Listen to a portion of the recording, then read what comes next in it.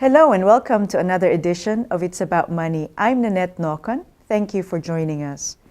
There's two things certain in life, and that's death and taxes. We've covered taxes in this program in the past, and today we'll be talking about the cost of dying. So stay tuned.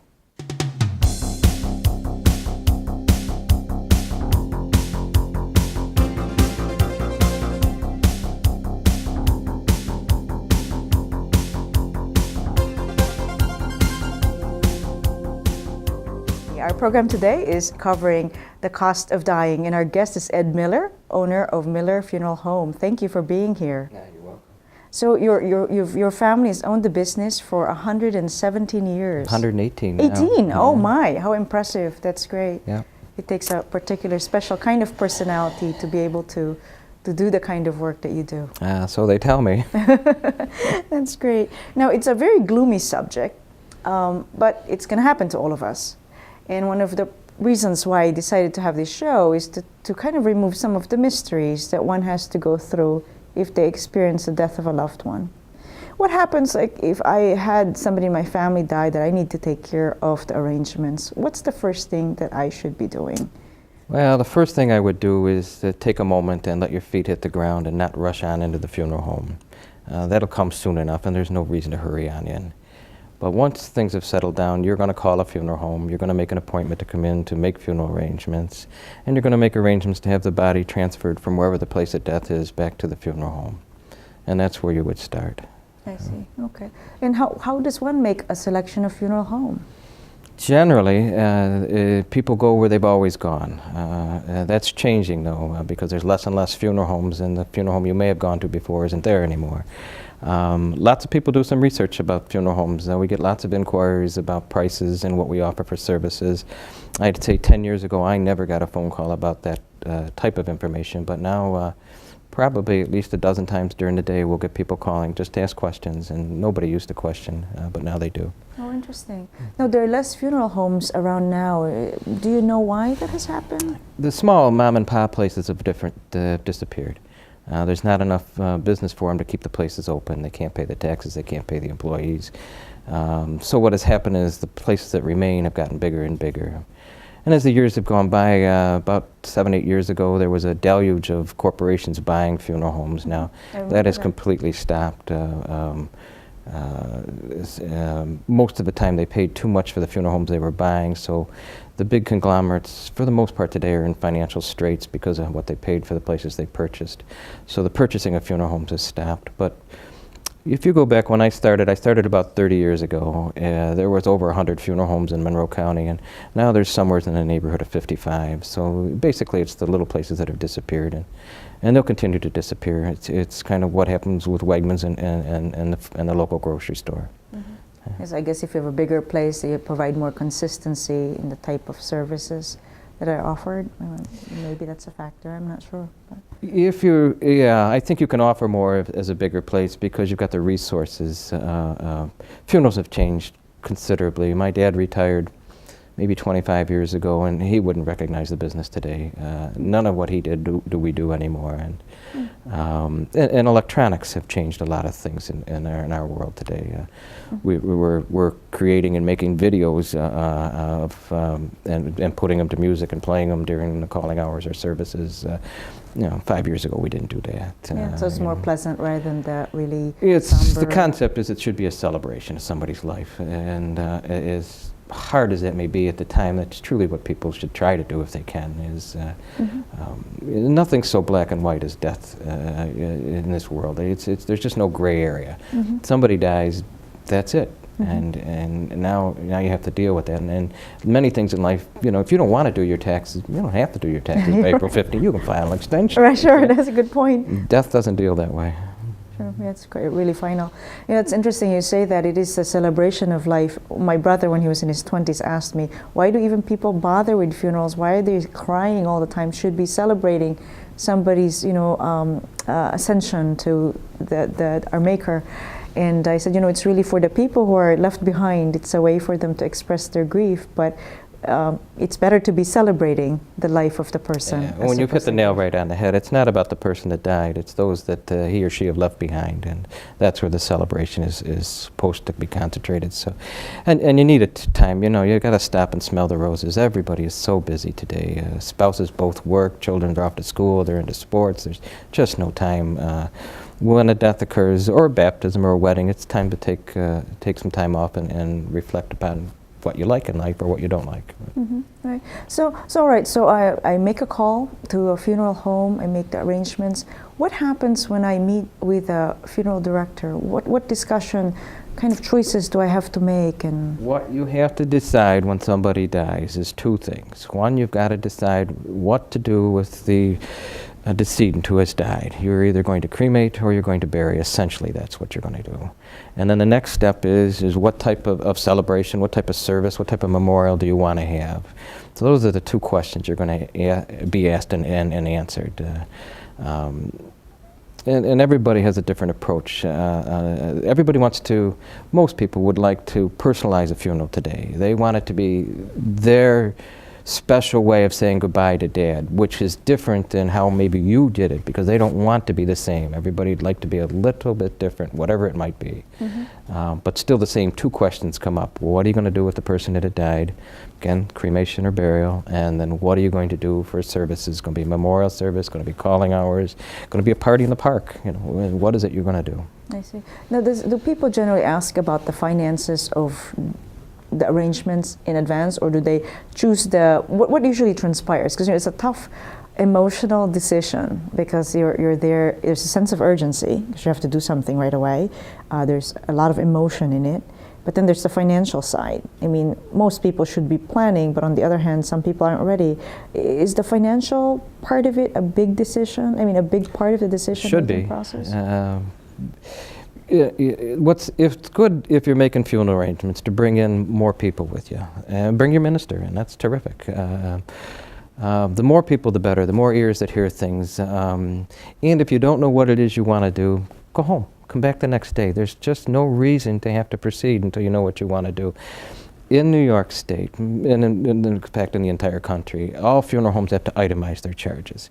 The Federal Trade Commission, back in maybe 1984, somewhere in that vicinity, came up with a list of charges every funeral home is to make. So everything is itemized. You basically pick and choose what you want to do. If you're going to have calling hours, then you pay for calling hours. If you don't pay for them. If you're going to rent the building for a funeral service or a memorial service, then you pay for it. Again, if you don't use it, you don't pay for it. If a body is to be embalmed, then you pay for that. If you don't embalm the body, then you don't pay for that. But everything is, our itemization sheet is 14 pages long, so it's pretty intense. And then again, if we get the sense you don't know what you're doing or what you want to do, I'd send you home. Say, come on back. We don't need to do this today. Sure. And maybe you could bring somebody with you. And as I said, the more ears that you have in the room, the better. It just works out much better for everybody involved. Sure, that's a great idea.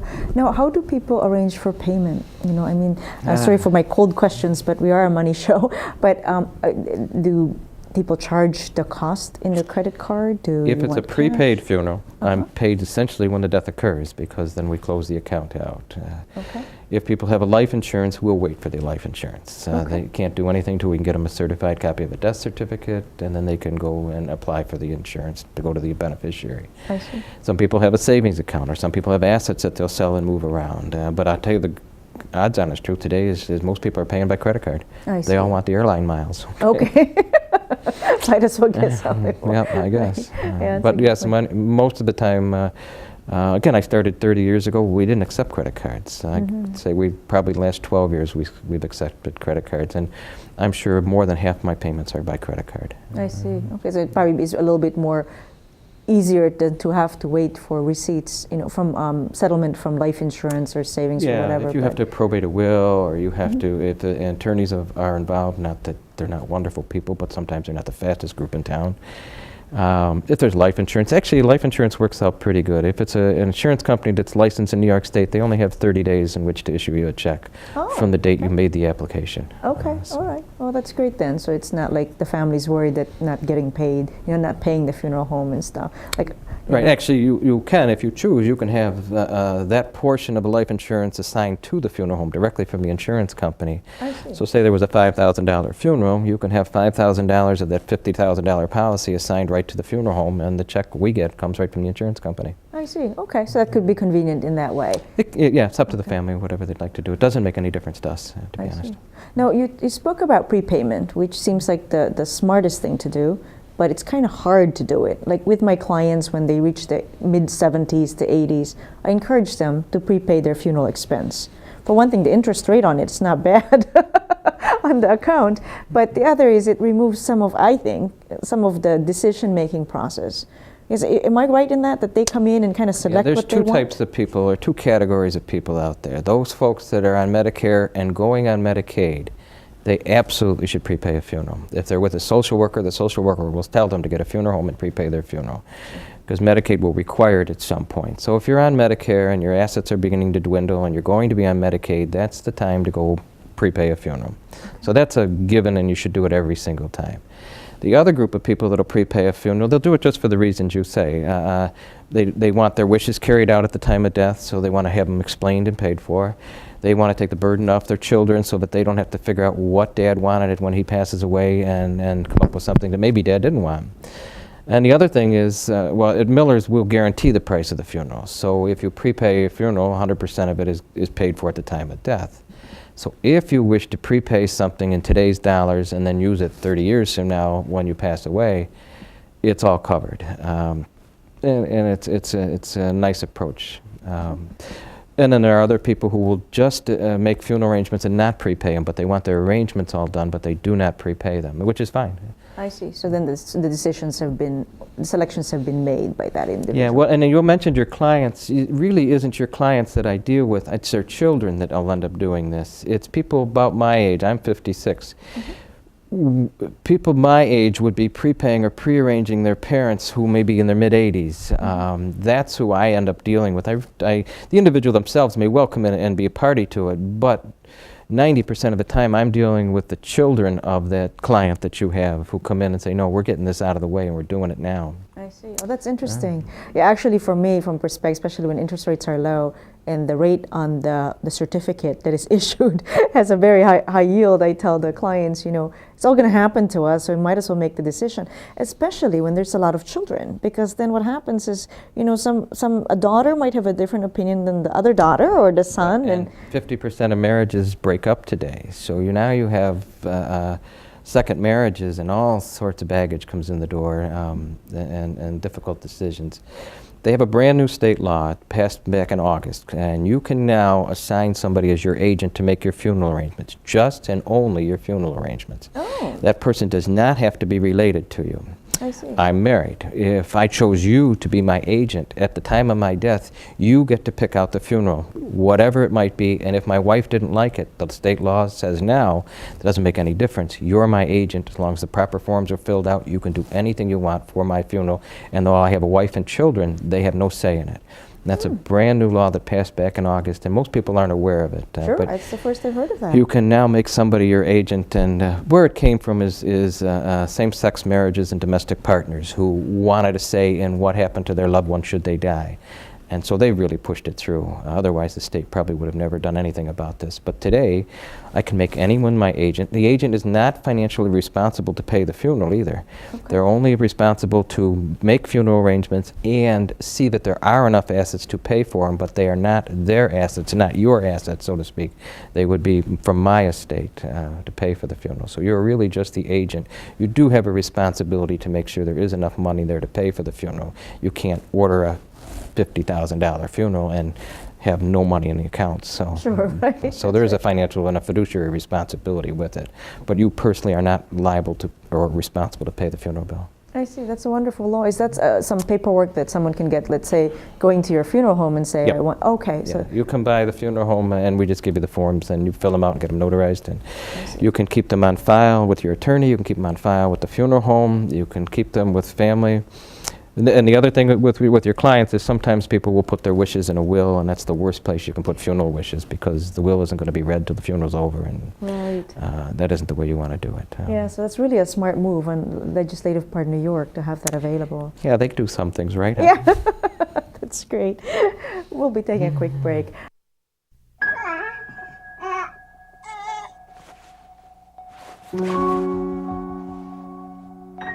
One day, you were simply struggling to be a dad.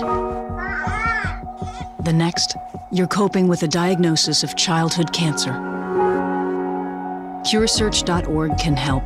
It's run by doctors and scientists whose research has led to an overall cure rate of 78%. You're not as alone as you feel.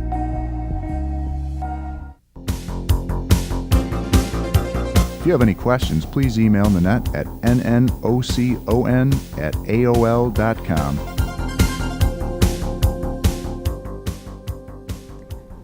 And welcome back. I'm Nanette Nocon. It's about money, and we're here with Ed Miller, owner of Miller Funeral Home, and we're talking about the cost of a funeral. Ed, thank you so much for joining us. I know this is really a tough subject for most people, but it really is helpful for them to hear about, the different expenses and different things that one has to go through. Yeah, you're correct in that. People really don't talk about this, although it's changing. As I mentioned earlier, we get lots of phone calls inquiring about funerals and expenses and what we offer, which 10 years ago I never got. And I like you mentioned earlier that some people are personalizing the funeral because it's a celebration of life, really, rather than being a grief-stricken type of event. It's just celebrate that person's life and all that. And also, what kind of things are people doing? Are they having like bands? Are they having? I'm going wild here now, but you mentioned earlier music and so on. Yeah, music still plays a big role in what people do today. Bagpipes are very popular.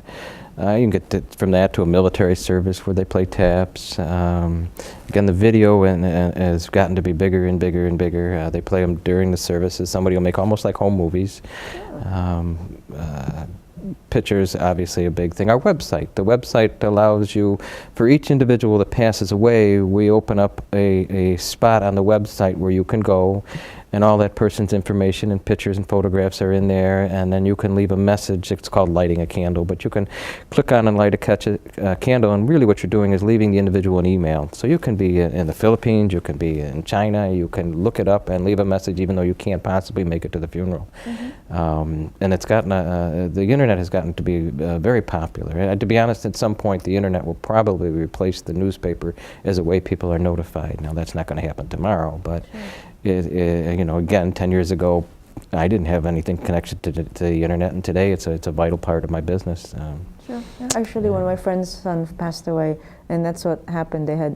She had told us about the website. Just put your memories there of. It's nice, and it's there forever, and it's free at our place. So it's 10 years from now, you can go back and look up something that somebody wrote, maybe about your husband, and I don't, it could be 2 in the morning. It doesn't involve me at all, and it's a way to grieve, and we talk about having a celebration, but everybody is cognizant of the fact that you're devastated. But rather than mourn someone's life, hopefully there were things there to celebrate about somebody's life. However brief or however long they might have been with you, there must be things, or hopefully there's things that you loved and dearly about them, and you want to share that with people, and this is the time you do it. Sure. It is nice when people make the sharing. I was just at a service a couple of days ago, and one of the things that the priest had talked about was all the different remembrances that people had of the person passed away, and talked about that at the service, and it was beautiful. Nice. It's touching, and people put a lot of effort into them today. Yeah. No, I want to go back to the topic we discussed earlier, and that's being cremated. I mean, someone could choose to be embalmed and show the body or be cremated. Do most funeral homes have a crematorium? No, crematories, in Monroe County there's 3 crematories. 2 are at a cemetery and 1 is privately owned and it's not a funeral home. I see. So there are no crematories in Monroe County at a funeral home. I see. They have to be not-for-profit. They have a bunch of tax problems and they can't be in the, well, bottom line, it would be difficult to have a funeral home and a crematory. It's possible, but it's not very common. I see, I see. So if someone chose that option, they'd have to make the connection. The funeral home would do that. Oh, I see. But Okay. to be honest, there's 3 crematories in town. I show you all 3 and say, this is what each one of them charges. Tell me which one you'd like to go to. I don't have any affiliation or tie with any of the crematories, and usually it's just a money decision. All 3 of them have different prices for the same service that they're providing, so most people pick the least expensive one. I see. So that's how it's done, and it's truly done at the funeral home. I see. Okay, that's great. So there's a lot of help that you provide to the survivor who's making the arrangement, so that they don't have to think about all these different Yeah, that's what calls you're and paying me contacts. for, is to be able to come up with the information right away. Basically, I'm trying to facilitate whatever it is you want to do. I see. It's a service industry is really what it is. Sure. And my biggest cost is labor. It's very labor intensive. So of all the things we spend money on, labor is the highest price. Mm-hmm. Now, someone said to me that wouldn't it be great if you could just rent a casket?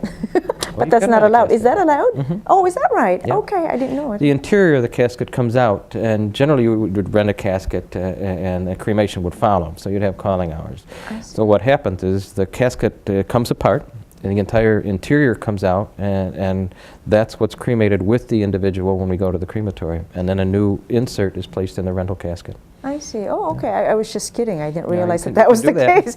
Okay. Oh, that's interesting. And now, what about Social Security? I mean, there's like $255 of death Yeah. benefit. It's a shame to administer that kind of paltry amount. We at Miller's will notify Social Security that the death has occurred. They have a form that we actually fax it into them today. What happens from there is they will generate a postcard that they will mail to you because we've given them your name, address, and phone number. That postcard will tell you that they're going to call you at a certain time on a certain day to go over the benefits that are there. It could well be you're just stopping payments for your husband's benefits. You could be applying for this $255 lump sum benefit. Or if there's minor children, now then that Social Security becomes very important. But the funeral home, at least at Miller's, will notify Social Security, and then Social Security will pick up the ball from there and get in touch with the family. That's If great. it's a little bit complicated, they will make you come down to Social Security and apply for benefits. If it's very simple, to do the whole thing on the phone. I see. Very nice. That's a great service, because then They most do a nice people job don't in know. Rochester with it. Yeah, they really do.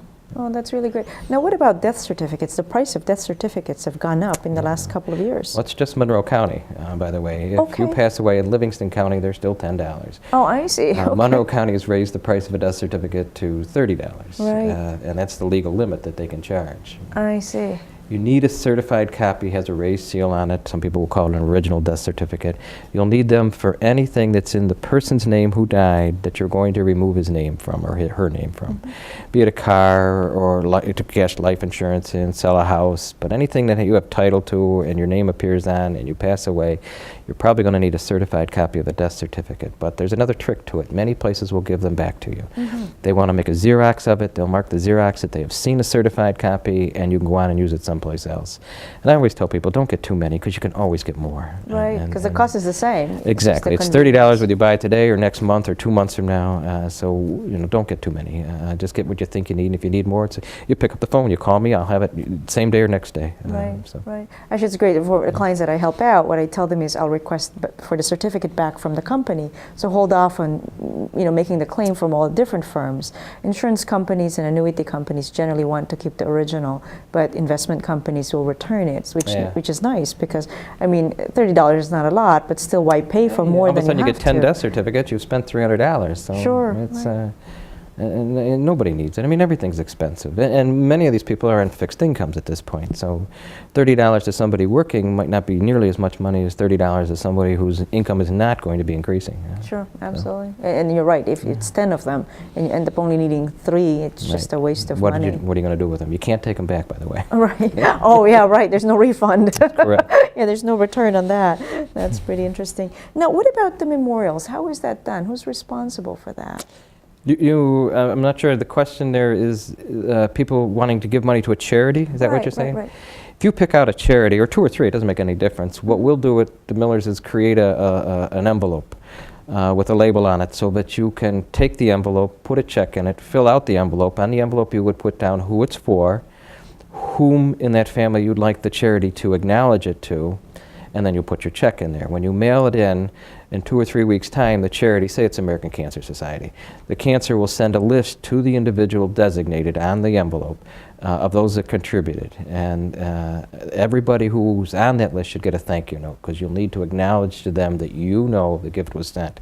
And that's how it's done. The charity, at some point, 2 or 3 weeks down the road, will send a list of those that contributed, so you can acknowledge their gift and their thoughts. Oh, great. That's great. So you make it really easy rather than having somebody to look up the address. Yep, we came up with a and all generic envelope probably 15, 20 years ago, a long time ago. I don't remember, to be honest. And all it needs is a label, because all the other information, it's a tear away. You fill it in, tear it away, and put it right in the envelope with your check and mail it in. And it's a great system. Works pretty good. Yeah, that's great. Now, one of the other expenses that people incur these days, like you mentioned, may be going away in the future, is an announcement in the newspaper, so the obituaries, and that is costly. I didn't realize how costly that is. Yeah, it's $8.90 a line for the Gannett newspaper.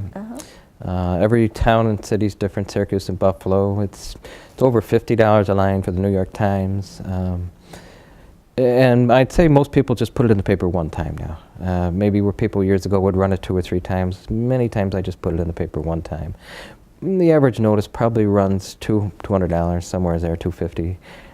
Depends on how wordy you get, because again, they're going to charge by the line. So Sure, right. Mr. Gannett's very happy if you'll be very wordy. You're right, that's right. But something to think about, because then there's a lot of expenses associated with it. There are. So Yeah. now usually after the service, the funeral service, there's people have a gathering, whether it's a meal or something like that. Is that something that you help arrange people as well? Yeah, in New York State, there's no food or beverage allowed in a funeral home at all, so it can't be at the funeral home. Okay. So people will pick a restaurant usually. Or people will have people come home. But the drawback to having people in your home is when you've had enough, they don't go away. So at the end of the evening, they may still be there, and you need to get off your feet. You need some quiet time.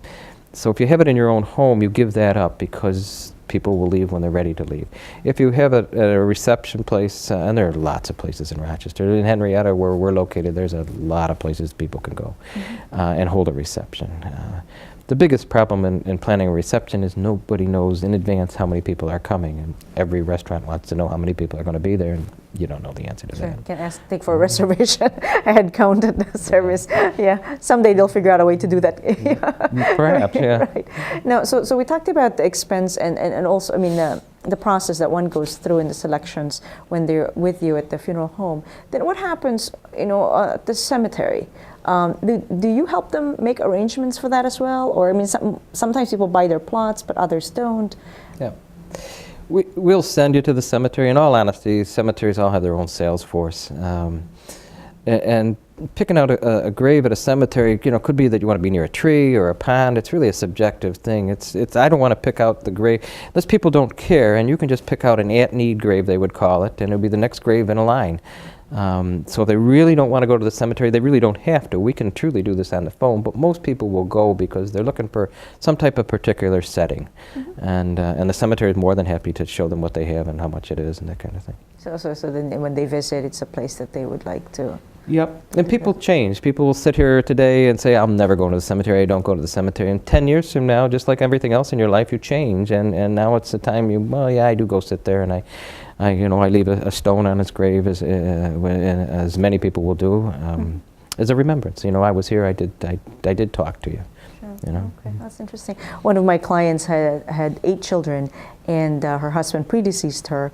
And she said, then I'm going to pick my stone because I don't want my children to quabble over it. I said, that's great idea. So she does. But then a couple of years later, she said, I changed my mind. I don't like that design anymore. I thought it's a hoot because she's just so, matter of fact about it and actually just joking about it instead of making it, Well, here's where the old words, it's written in stone, really apply. Yeah, right. That's it right. is. Yeah, you've got to. Yeah, very good. Again, thank you for your time. I really appreciate it. I know you have a very busy schedule, and I appreciate you being here. My pleasure.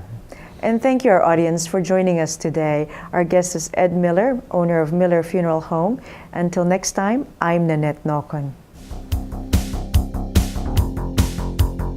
Thanks for tuning in. If you have any questions, please email Nanette at nnocon@aol.com.